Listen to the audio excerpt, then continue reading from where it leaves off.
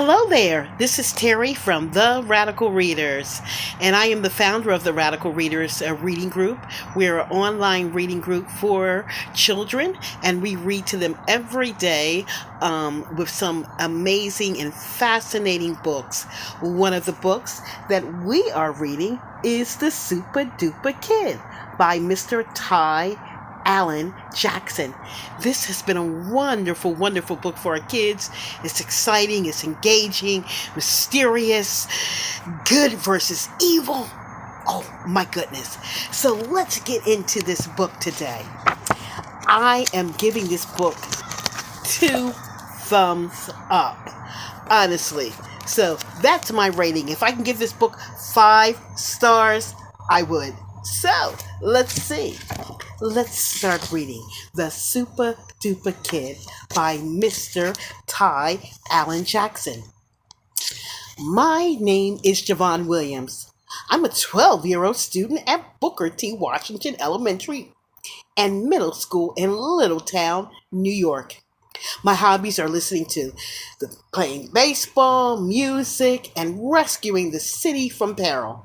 You see, my friends know me as a skinny kid with big dimples. But for those who get bullied out of their lunch money or get wedges so often that they carry extra underwear, I go by another name, the Super Duper Kid. And this is my story. The day started out like any other Monday morning. I was getting ready for school, and Denise, my 6-year-old sister, was doing everything in her power to make us late. She's the nosiest kid in the world, and she sticks that nose into everything I do and then reports it to Mom. Just yesterday, I was sitting at the kitchen table eating a big bowl of Cookie Crunchy cereal when I spilled the milk. It wasn't a lot of milk, but as soon as the milk hit the table, Denise started screaming, "Oh, I'm telling Mom." Of course, Mom said it was no big deal, but still, there was Denise with her arms folded and that smug look on her face that drives me crazy. Was I going to cry over spilt milk? Nope. I just cleaned it up and got us on our way to school. Sometimes we take the bus to school, but most days we walk. Every day on our way to school, Denise bugs me. She yaps on and on and on, asking a million questions, like why my room is so messy, and how come she has to walk to school with her brother, and why couldn't she just have a cute big sister instead of a bonehead like me? Man, that girl really drives me nuts. The only person who gets under my skin more than Denise is Hoodie. Hoodie is the local bully who wears black hooded sweatshirts, even in the summertime. He terrorizes the entire neighborhood, and unfortunately, I'm his favorite target. He's 12 years old, just like me, but twice my size with half the brains and all the mean. Some kids on the block say he is raised by wolves and dropped off on his parents' doorstep because he kept giving the other wolves rabies. Hoodie's parents think he's the sweetest kid in the town.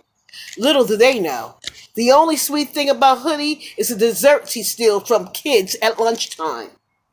Every morning on our way to school, Hoodie does something to annoy me. Last Friday, he hit me in the head with a balloon filled with vinegar right before Miss Davies' first period math test. I had to sit in the back of the class smelling like a Caesar salad until Mom brought me a change of clothes. This morning, I knew Hoodie would be up to something, but little did I know that his antics would change both of our lives forever. The weather forecast for the day said it was partly cloudy with a chance of afternoon thunderstorms. And since my dad is the local weatherman on the channel WCRZ, he always makes sure Denise and I are prepared for whatever Mother Nature dishes out. So, we both had ponchos tucked in our backpacks, and I had a supersized umbrella for us to share if it happened to rain. Despite Denise's constant complaining, the walk to the school was going smoothly until Out of nowhere, Hoodie snatched my umbrella and ran off with it. I took after him and left Denise standing there shaking her head. He rounded the corner and I lost track of him for a moment. When I caught up to him, I saw him jumping out of from behind a tree and running away without an umbrella. I knew he did something to it, so I approached the tree very carefully. There it was. The umbrella looked perfectly fine. I didn't see any boogers or hamster poop on it, so I figured Hoodie was just being his normal jerky self and wanted to make me late for school. I picked up the umbrella, shrugged my shoulders, caught up with Denise, and got us to school on time, not giving the umbrella a second thought. For a Monday, school was the bomb. I got an A on Miss Davies' math test. We had pizza for lunch, and Erica Harris, the cutest girl in school, actually spoke to me. Erica is the number one it girl in the whole school. She isn't just the prettiest girl in school, she's smart too. She's captain of the debate team and the starting point guard on the girls' basketball team. Her mom is the chief physician at the local hospital, and her dad is one of those hotshot lawyers you see on TV with those crazy phone numbers like 1-800-SUE them. Oh, or something like that. Not to mention her brother is the quarterback of the high school football team. The Harris family has it going on, so having Erica say hi to me was pretty much like hitting the lottery on my birthday while on vacation in Hawaii. What made life even better was that I hadn't bumped into Hoodie since the umbrella accident.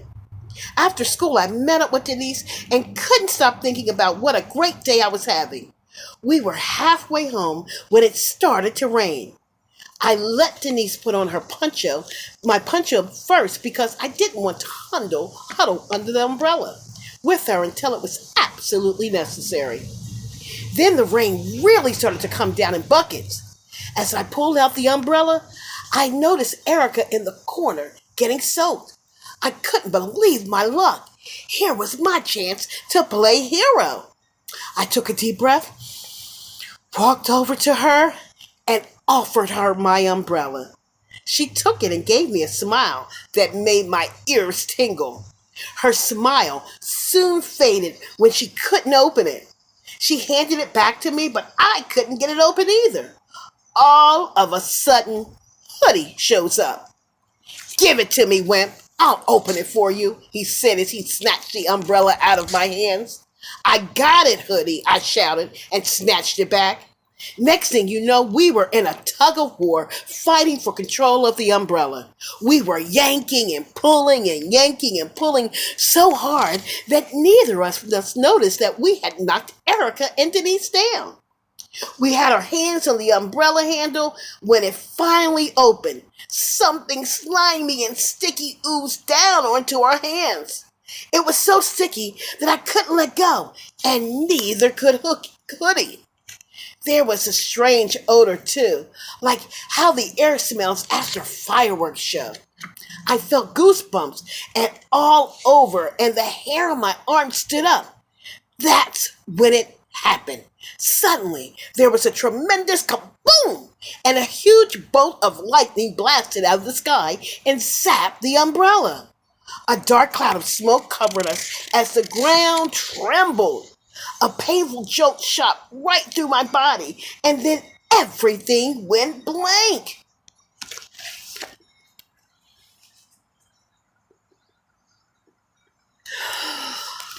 Oh, let's see.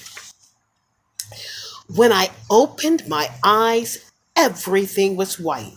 White walls, white floors. I was even wearing white pajamas. I figured I was in heaven until I heard Denise's big mouth. Then I thought I might be an HE double hockey sticks. Then I heard my mom and dad, and I knew I was in the hospital. Mom was crying, and Dad was standing above me with a look on his face I will never forget. "How are you feeling, son?" he asked. I was a little weak, and my hands and feet felt numb, but I was okay. It is a true miracle that you are in one piece. Who would think a skinny kid like you could take a blast from a lightning bolt? You're much sturdier than you look, and you're lucky to be alive, Dr. Harris said as she shone a light in my eyes. They told me about the lightning that hit the umbrella. The doctor also told me that the glue on the umbrella handle may have saved my life. Glue? What glue? I asked, confused. Your friend put glue on your umbrella as a prank, Dr. Harris said. So that's what Hoodie was doing behind the tree. He was putting glue on the inside of the umbrella so it could drop on my head when I opened it. That creep. So why did he try to take it from me if he knew the glue was in it? That dude is even dumber than he looks. Hey, Doc, what happened to Hoodie? He left the hospital 4 days ago. 4 days ago? How long have I been here? You've been in a coma for 2 weeks, Mama said. Wow, I've been knocked out for 2 weeks? My breath must really be funky. 3 days after I left the hospital, I was feeling pretty good. I was dying to go back to school, but my parents thought I need to relax for a few more days. Although having Denise bug me most of the time hadn't been exactly relaxing. It was on the 4th day that I began to notice some strange things happening around the house. One afternoon, I woke up after a nap to find that my computer, my game system, and every light in the room had been turned on. That stuff wasn't on when I went to sleep. Denise was at school, so she couldn't have done it, and Mom had no idea either. I also noticed that whenever I passed the TV, the picture would get all fuzzy. The weirdest thing of all was when I picked up a bag of microwave popcorn, and it started popping before I even put it in the microwave. That's when I started to worry. I could tell Mom I was a walking microwave because she would just overreact. And if I told my dad, he would probably send me to NASA to be examined. There was no way I was going to tell my big mouth sister because the last secret I told her got me grounded for a month. So I called Ronald. He's been my best friend since we were babies. He's more like a brother than a friend, although no one would ever confuse us for brothers. I'm real skinny and he's a little pudgy. Whenever we stand next to each other, kids say we look like the number 10. Ronald is super smart.